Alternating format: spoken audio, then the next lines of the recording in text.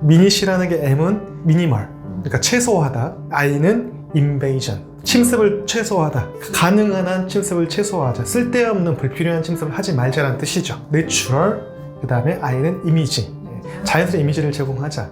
잘된 치료들은 자연스러움을 갖고 있는 그런 자연스러운 아름다움을 치료할 수 있는 그런 치료 목적이 돼야 한다는 거죠. 큰 의미는 뭐냐면 내 얼굴과 내 치아가 자연스럽게 어울릴 수 있는 치료법이 되자. S는 successful, 그다음 H는 health란 내 건강을 해쳐가면서까지 치료를 절대 해서는 안 되고요. 그래서 오히려 건강해져야죠. 그래서 최종 목표는 우리가 치아 건강, 또 구강 건강, 건강을 해치는 치료가 돼서는 안 되고 오히려 건강해져야 된다. 치료하고 나서 가능한 한 치아에 손상을 주지 않고 자연스러운 이미지, 자연스럽게 아름다움을 만들어내고 또 건강하게 만들어내자.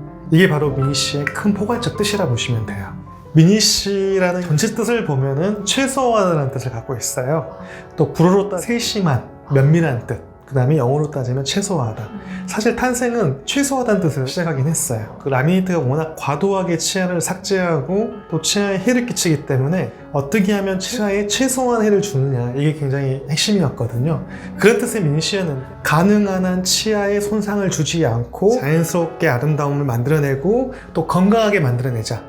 이게 바로 미니시의 큰 포괄적 뜻이라 보시면 돼요. 모든 치과 치료가 보존적, 그러니까 우리가 그냥 아까 프레퍼레이션이라는 게 들어가요. 프레 뜻은 준비라는 뜻이거든요. 치아를 때우기 위해서라든지 씌우기 위해서는 그 치아에 어떤 준비 과정이 필요해요. 이제 설명을 제일 많이 하는 게 핸드폰 우리 겉표면에 보호하는 필름을 붙이기 위해서는 이 표면도 정리가 필요하거든요. 깨끗하게 만든다든지 여러 가지 준비 과정이 필요해요. 붙이기 위해서는. 우리가 거친 표면에다가 어떤 물건을 붙였을 때 그 물건이 떨어질 수도 있고, 만약에 울퉁불퉁하면 그 부분이 접착제가 많이 들어가고 하기 때문에 그 부분이 뜰 수도 있고, 그렇기 때문에 그 표면의 정리가 필요하거든요. 레진 같은 치료는 굉장히 좋은 치료예요. 왜 그러냐면 레진 자체 특성이 손상된 부위만 살짝 걷어내고 그것만 채워넣으면 되는데, 라미네이트라든지 크라운 같은 간접법이라는 게 있어요. 직접 치료법이 있고 간접 치료법이 있는데, 간접 치료법은 우리가 특성상 밖에서 만들어서 안에서 끼우기 때문에 특정 형태를 갖추어야 해요. 치아를 들어가게 만들기 위해서 많이 깎아내야 돼요. 예를 들어 크라운 같은 치료는 패스라고 하는데 삽입로라고 하거든요. 우리가 들어가는 과정에서 걸린 데가 있으면 안 되겠죠. 그렇기 때문에 치아를 꼭 위에 부분 들어가는 입구가 작고 마지막에 넓은 구조가 돼야 돼요. 패스가 그렇게 형성이 돼야 돼요. 그래야지만 가면서 걸리지 않고 끝까지 쏙 들어가요. 그렇기 때문에 걸리는 부분은 다 깎아내야 돼요. 그리고 심지어 우리가 씌우려는 크라운이라는 결과물이 일정 정도 두께가 필요해요. 만드는 과정에서 얇으면 깨진다든지 신미성을 부여를 못할 때가 있어요. 이 두꺼운 거를 이를 다듬지 않고 붙이면 어떻게 되겠어요? 치아가 뚱뚱해지겠죠. 커지고. 이걸 오버 컨투어라고 하거든요. 그렇기 때문에 그 오버 컨투어를 방지하기 위해서 치아를 어느 정도 삭제를 해야 돼요. 치아를 깎아내야 한단 말이에요.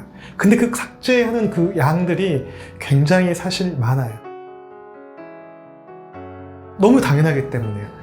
크라운을 하기 위한 기술이 특별하지가 않았어요. 어떤 치과를 만나든 어떤 치과를 가든 이게 공식처럼 만들어져 있거든요. 기공사 분들이 만들 수 있는 한계가 있었어요. 우리가 공식처럼 뭐 PFM이라는 재료도 있고 골드라는 재료도 있고 올세라믹 크라운도 있고 뭐 지르코니아라는 재료도 있는데, 치과 의사 입장에서는 당연히 그만큼 깎아줘야지만이 오버 컨투어가 되지 않고 기공소에서 만들어줄 수가 있었거든요.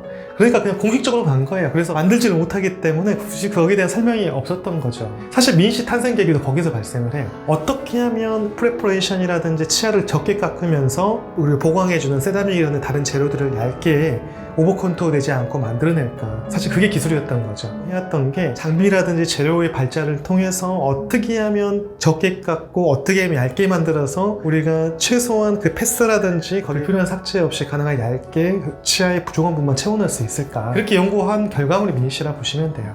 그래서 미니시 이렇게 만들자고 해서 나온 게 아니라 저희 병원의 신념이 과잉 진료하지 말자, 치아에 해 끼치지 말자, 아프지 않게 치료하자. 가장 컸던 게 치아에 해를 끼치지 말자. 하나의 결과물이 미니시일 뿐이에요. 그러니까 어떻게 하면 치아를 안 깎아볼까 계속 연구를 했었거든요. 아까 손상된 부위만 제거가 되고 그 부분만 보충이 되면 되는데, 손상되지 않는 그 부위까지도 우리가 깎아내거든요. 그러니까 이렇게 씌워서 얻는 이득과 그냥 방치했을 때 그냥 손상되고 이 상태에서 놨을 때 이득, 이걸 비교했을 때 우리가 언제 치료를 들어가냐면 방치했을 때 더 안 좋아질 거라 생각해서 크라운을 들어가는 거예요. 근데 실질적으로 크라운을 그 전 단계에서 들어가는 경우도 되게 많아요. 그러니까 안 해도 되는 경우도 많이 들어가게 되죠. 치아에는 굉장히 데미지가 커지거든요. 치과 의사 스스로도 이걸 하려고 하진 않아요. 내 치아에는 하나면 특별한 경우 하고 하지 않아요. 예를 들어서 어금니 같은 경우 신경 치료하고 나서의 그때 이를 더 이상 파절되는 걸 방지하기 위해서 크라운을 씌우는 거지, 사실 앞니에 신경 치료한다든지 어금니에 광범위한 손상이 있지 않은 이상은 크라운을 하지 않다는 거죠. 요즘에 추세는 크라운을 하시는 분들 거의 많이 없나요? 아니요, 지금도 크라운을 거의 하시죠. 왜 그러냐면 그 외에 기술이 특별하게 있지가 않아요. 어금니 아까 신경치료가 한다든지 광범위한 손상이 있다든지 이런 경우는 크라운을 하고 있습니다. 같이 복합적으로 진료를 해주시는 경우가 많더라고요. 어금니에 뭔가 신경 같은 게 있으면 앞니를 먼저 해드린 다음에 만족감이 생기신 다음에 이 안쪽 진료를 하시는 경우가 많다고 하는데 순서는 중요하지 않은데요. 전체적인 어떤 재건을 위해서는 어금니부터 먼저 치료하는 게 맞아요. 환자들한테 제일 먼저 보여주는 쪽이 앞니 쪽이잖아요. 환자는 사실 모든 치료를 원하고 있지만은 치과 치료가 사실 쉬운 게 아니잖아요. 어금니부터 치료하면서 그 괴로움을 계속 이어나가면서 가는 과정에서 포기하는 경우가 되게 많아요. 그렇기 때문에 앞니가 그래도 심리적으로 좀 나아지는 결과물을 얻었을 때 이런 걸 보면서 또 어금니까지 그 만족도 때문에 이어가면서 마지막까지 치료하는 경우가 되게 많거든요. 하지만 사실 어금니를 먼저 하냐 앞니를 먼저 하냐는 사실 그렇게 중요한 건 아니라 봐요. 그 부합 같은 게 기준이 되는 게 앞니인가요? 어금니예요. 그렇기 때문에 어금니가 굉장히 중요해요. 사실 앞니의 건강도 어금니에 달려 있어요. 어금니가 붕괴되면요, 앞니도 붕괴됩니다. 나이 드신 분들이 이게 짧아지시는 이유 중에 하나가 그게 많이 손상이 돼서 낮아져서 그런 건지? 두 가지 이유가 있어요. 먼저 우리가 생각해 보면 이가 닳아졌기 때문에 짧아져요. 지금 끝이 닳아지게 되면 턱은 점점 짧아지게 돼 있죠. 그렇기 때문에 그 원인이 바로 뭐냐면 방금 말씀하신 것처럼 이갈이가 있다든지 꽉 무는 습관이 있으면 물리적으로 이렇게 치아가 닳아지기 때문에 점점 짧아지는 거예요. 그래서 나이보다는 생활 습관이 조금 더 영향을 훨씬 더 크죠. 예.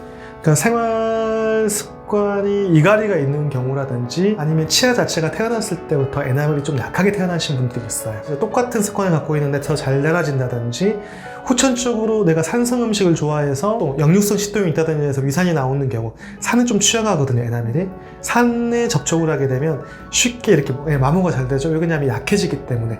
똑같은 힘이 가해진다 하더라도 쉽게 닳아지죠. 특히 이런 복합적으로 발생을 하면 더 심하겠죠. 예.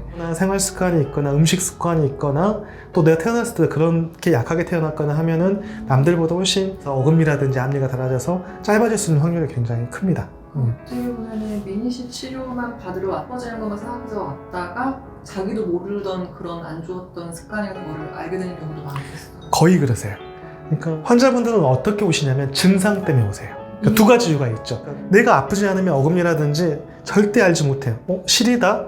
아프다 때문에 오는 거지 내가 미리 알고 여기를 오는 경우 거의 없고요. 그 다음에 앞니라든지 외관적인 것 때문에 여기가 깨져 보이네, 노래 보이네, 패여 있네, 이것 때문에 오는 거죠. 그러니까 심리적으로 확인이 가능한 것과 내가 증상으로 느낄 수 있는 아프다, 시리다라는 그 증상으로 오는 거지 내가 이가 짧아져서 교합관계가 엉망이 됐다, 문제가 있다라는 건 본인이 알고 오는 경우는 극히 드물죠. 사실 인지를 했을 때 사실 어느 정도 굉장히 많이 진정이 돼 있는 상태인가요? 맞습니다.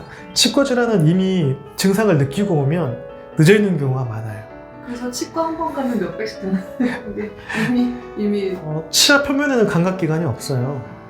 우리가 그 치아 표면을 넘어가서 에나멜이라고 하죠. 에나멜을 넘어가서 그 다음부터 감각을 느낄 수 있는데요. 그 다음부터 시큰시큰한 걸 느낄 수가 있고 그걸 더 지나서 통증을 느낄 정도면 이미 충치라든지 파절도 금이 게 신경까지 미친 거예요. 그럴 경우는 영향을 이미 많이 준 상태죠. 굉장히 이 신경치료가 어떻게 보면 치과 치료 중에서 가장 괴로운 치료라고 보고 있거든요.